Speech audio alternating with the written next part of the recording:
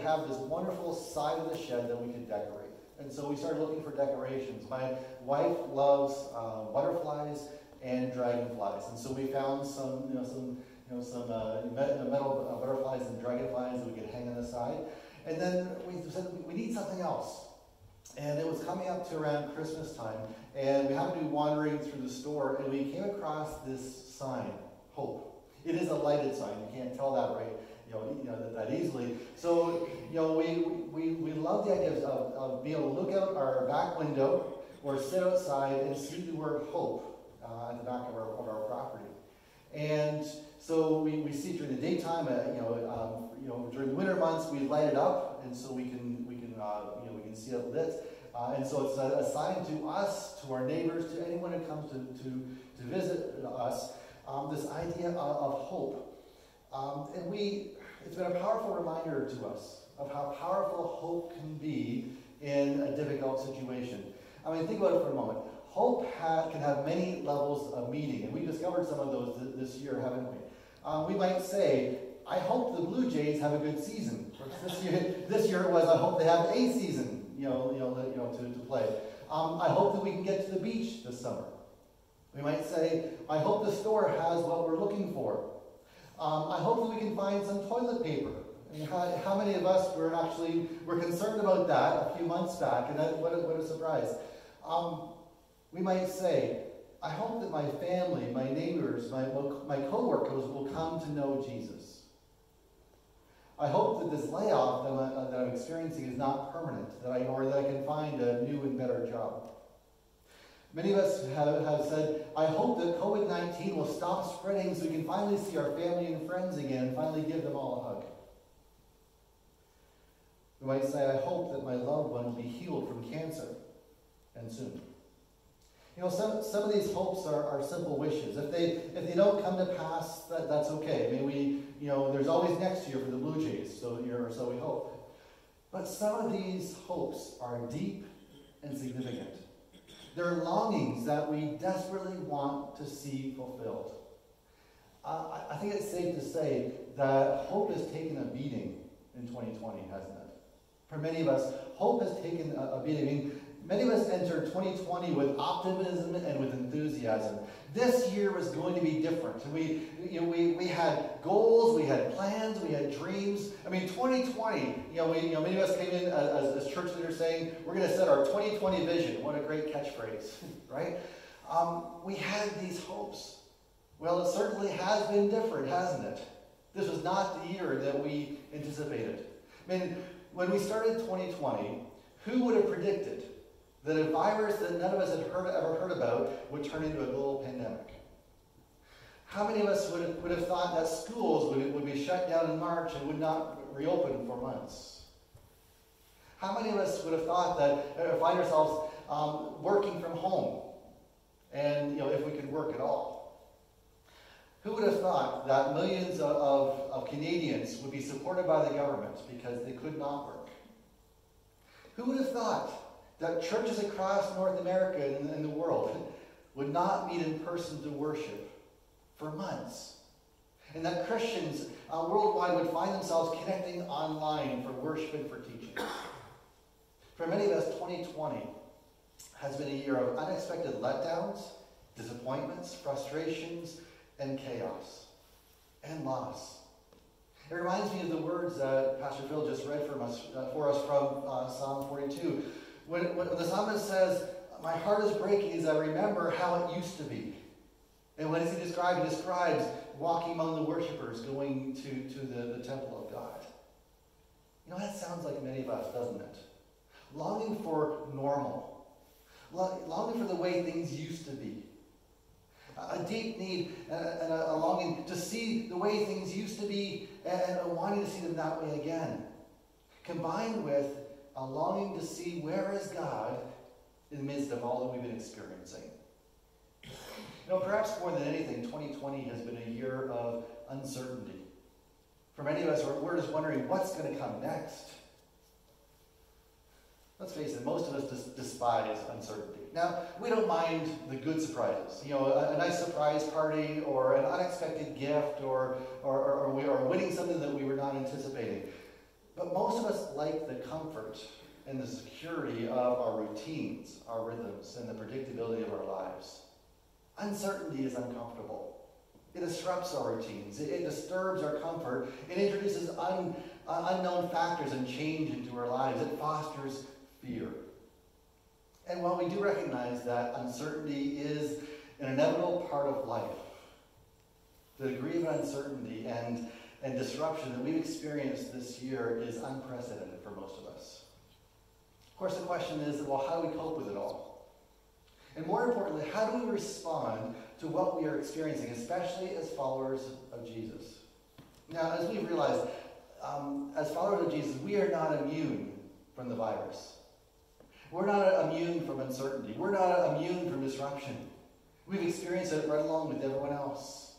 Sometimes we like to think that we should somehow be protected, that we would never experience those things, but the reality of life is that we do experience those disruptions. So how do we cope? What do we do with that? I'd like to direct our thoughts to the words of Scripture, to learn from God and from His people, but how to respond in seasons of uncertainty. I'm going to turn to Hebrews chapter 11. If you have a Bible or you have your phone, if you want to follow along, I invite you to do so. Hebrews chapter 11, beginning of verse 1. I'm reading from the New Living Translation. And the writer says this: faith is the confidence that what we hope for will actually happen. It gives us assurance about things that we cannot see. Through their faith, the people in days of old earned a good reputation. By faith, we understand that the entire universe was formed at God's command, that what we now see did not come from anything that can be seen. It was by faith that Abel brought a more acceptable offering to God than Cain did. Abel's offering gave evidence that he was a righteous man, and God showed his approval of his gifts. Although Abel is long dead, he still speaks to us by his example of faith. It was by faith that Enoch was taken up to heaven without dying. He disappeared because God took him. For before he was taken up, he was known as a person who pleased God. And it is impossible to please God without faith. Anyone who wants to come to him must believe that God exists and that he rewards those who sincerely seek him. You know, this chapter has been called the Hall of Faith. It highlights the lives of people who followed God and chose to live by faith. And as verse 1 clearly states, there's a strong link between faith and hope. As that faith is the confidence that what we hope for will actually happen. It gives us assurance about the things that we cannot see. Hope is not just wishful thinking. It's confidence. It's assurance. It's conviction that is founded firmly on the character of our God, who is the creator of all things. This is the faith, the hope, the assurance that people of old were known for. It's what set them apart. And as we look at this character, look at their character, and as we look at the Scripture as a whole, what can we learn from their example about how to handle seasons of uncertainty, how to find hope during those seasons? The first observation that I would make from these people is that they actively sought to know and follow God. This was the desire of their heart. More than anything else, they wanted to know God and they wanted to follow after God. The desire of their heart was to know him, to follow his ways, and to honor and please him. They give the example of Abel, who's the son of Adam and Eve, the brother to Cain. Verse 4 said, it's by faith that Abel brought that more acceptable offering, and that God showed his approval of Abel's gifts. Now, Abel was a shepherd, while his brother Cain cultivated the ground. At harvest time, it reads that, if we go to Genesis, it reads that Cain brought some of his crops as a gift to the Lord, while Abel brought the best of the firstborn lambs from his flocks. It says that God accepted Abel's gift, but not Cain's. You ever wonder why? What is it about that? Is it because God doesn't like vegetables either? I don't think so. I mean, what seems to distinguish these two gifts was the heart attitude of the givers. It says that Cain offered some. Perhaps he offered them out of a sense of duty. Perhaps his parents told him that he should, and he knew that his brother was going to offer something, and so he brought something to give to God. We don't see much more than that. But it says that Abel brought the very best to God, out of a heart of worship, of gratitude, and out of love. Abel's offering came from the heart of one who desired to know and please God. The writer goes on in Hebrews 11 to Enoch. It says by faith that Enoch was taken up to heaven without dying. He disappeared without, just from thin air because God took him. Right? It says Enoch lived 365 years. Now, I can't imagine living that long. I mean, of course, we know their bodies lasted much longer in that time. But it says he walked 365 years walking in close fellowship with God. This phrase, close fellowship, it depicts a person walking arm in arm with a friend. It's a picture of intimacy, of closeness. Some of us, when we go for a walk, when I go for a walk with my wife, we often hold hands. And whether we're going through the mall, we're walking along the street, it's just that picture of intimacy, of closeness. We don't need to be saying anything, just holding hands shows something and states something to each other and to those around us. Enoch walked in that kind of fellowship with God.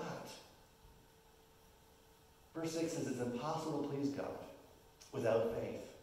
Anyone who wants to come must believe that God exists and that he rewards those who sincerely seek him. Now, while Enoch was unique in the depth of his relationship with God, everyone in Hebrews 11 either had or desired to have that type of relationship with God. Sometimes we have the perspective. We look at the lives of people in Scripture, and we think that their greatness was a result of their achievements. What they accomplished for God. I mean, we look at people like Joshua and Daniel and others, and we think it's what they did, what they accomplished that made them great. That's why their stories are in Scripture. I mean, some of the people that are in Hebrews 11 were powerful in battle. They conquered nations. Some were wise and were consulted by kings. Some were politically successful. They became rulers. Some were wealthy and prosperous and influential. Some were gifted communicators, able to motivate and inspire with their words. Virtually all of them became known for doing something that was amazing or unique. And yet, if we read Hebrews 11, we find it's not their abilities or their achievements or accomplishments that earn them a place of remembrance. Their greatness flowed out of their character and their attitude, specifically their faith and their desire to know, follow, and honor God. That's what set them apart.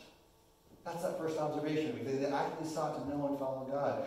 The second observation I would make about the people that are listed here, they responded to adversity with faith and obedience. Now, when you read the stories of these people, it's interesting to see where they started and where they ended up.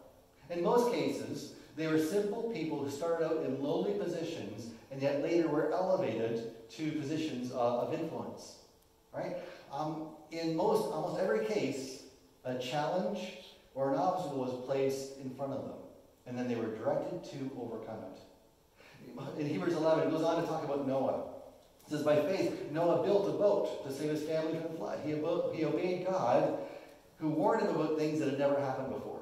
Now, Noah is described in Scripture as a godly man surrounded by an ungodly society. God comes along to Noah, warns him of a flood, and he set a task before him. I want you to build a boat for me, and you and your family, along with the animals that I'm going to send, are going to go onto this ark because there's going to be a great flood.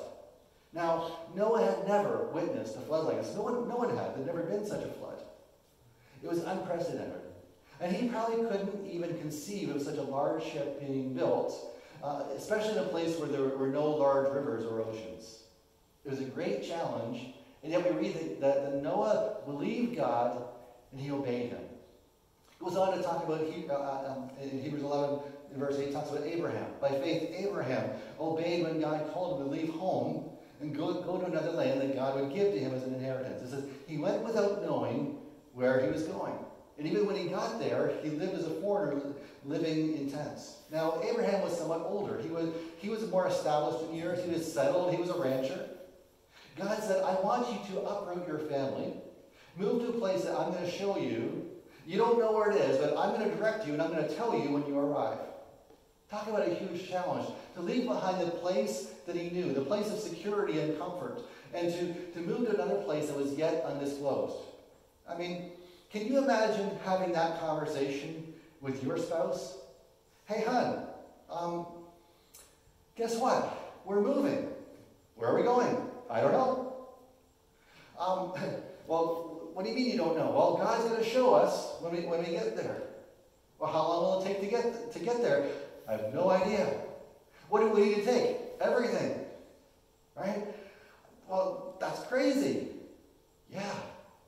Exactly. Can you imagine having that conversation? But that's exactly what Abraham did. He obeyed God, and he went forward. Later, God told Abraham that from your family, I'm going to make a great nation. Again, that was inconceivable because Abraham and Sarah were both old, and they had never had any children. They were unable to. And yet together, they believed. And when God finally enabled them to have a son, God went to Abraham and said, I want you to take your son Isaac, kill him, and give him to me as a sacrificial offering. Now again, imagine you're Abraham. God asked you to give him your son or your daughter, that wonderful, beautiful creation, that treasure that you'd hoped for and planned for, the one that you've been caring for so long. What would you be thinking, and how would you respond if God asked you to give your son or your daughter to him? So it says it was by faith that Abraham offered Isaac as a sacrifice when God was testing him. Abraham obeyed. And we know the story. At the last moment, God intervened. He provided another sacrifice. But Abraham was willing. Now, if we were to continue down the list and read through much more of Hebrews 11, we would read about people like Jacob and Joseph and Moses and Rahab and Gideon. We find people who experienced tremendous, unbelievable challenges and difficulties, who obeyed God and who responded to those challenges with faith and obedience. Let me ask you a question. How do you tend to respond to adversity? How do you respond when difficulties come your way? With questions? Lord, what's going on? Why is this happening to me? I don't understand. Many of us, we respond with fear, with frustration, with anger, with anxiety. Those are all very normal responses, aren't they? Let me tell you, when the reality of COVID-19, the situation started to settle in, and everything started to lock down, our family took it pretty seriously. We were among the first at our workplace to say, we all should be going home. We shouldn't be here. We should be going home and working from home. We took all the proper precautions. We started working from home. We started to social distance. One by one, every member of our family, my son and his wife, my own wife Ruth Ann, my daughter and her husband, and eventually me, we all started showing symptoms of COVID-19.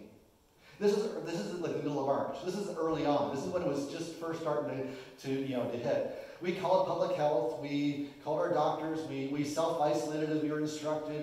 Only a couple in our circle were actually tested. My daughter Amy had a complication with her diabetes, and so she ended up going to the hospital. And so she eventually was she was tested. She was only in overnight. Which we're thankful, but she came positive. She was tested positive for COVID-19. Her mother-in-law tested positive. But this is way back in March. They were the only two who were tested because there were no tests available for everybody else. We were just told, we presume that you had it, so stay home. We were home for on average between 5 and 7 weeks between us.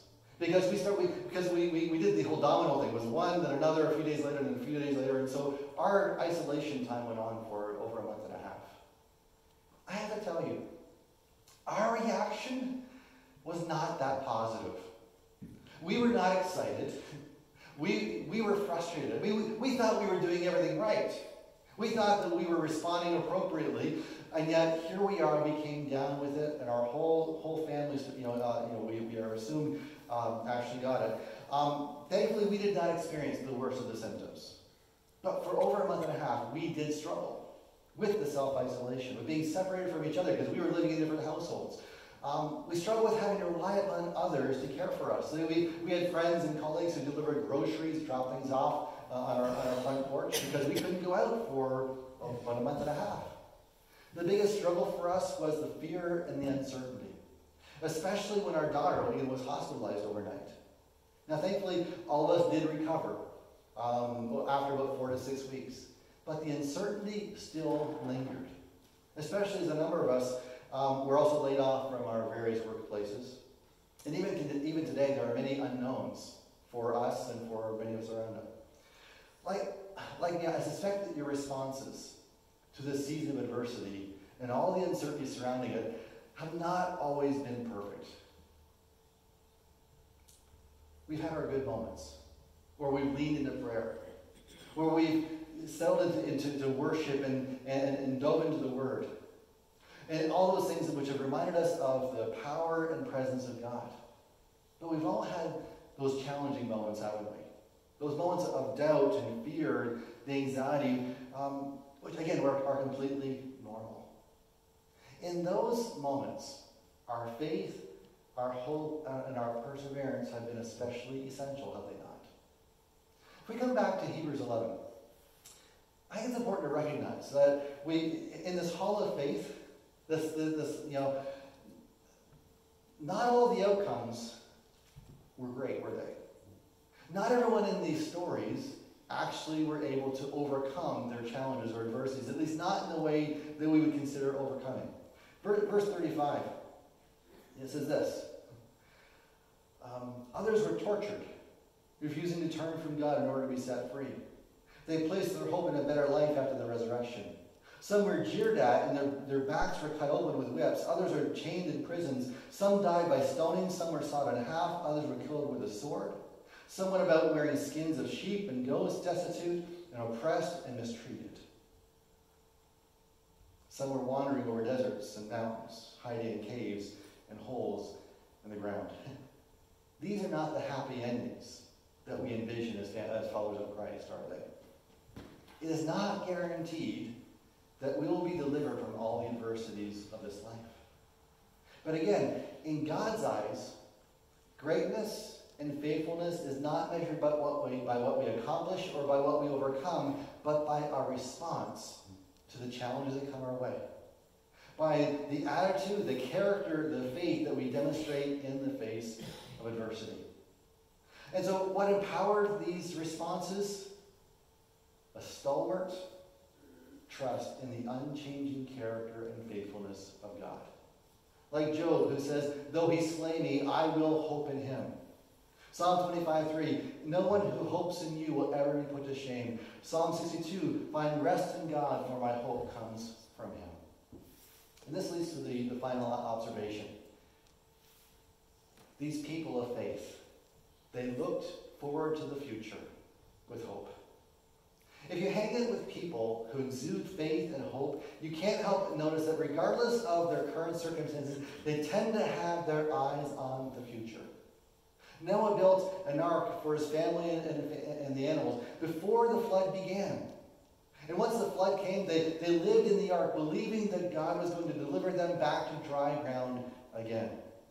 Abraham, says verse 10, even though he was living in tents, he was confidently looking forward to a city with eternal foundations, a city designed and built by God. Verse 13 says that all these people died and still believing what God had promised them. They did not receive what it was promised, but they saw it all from a distance and welcomed it. They agreed they were foreigners and nomads here on earth. They were looking for a better place, a heavenly homeland, it says. There's something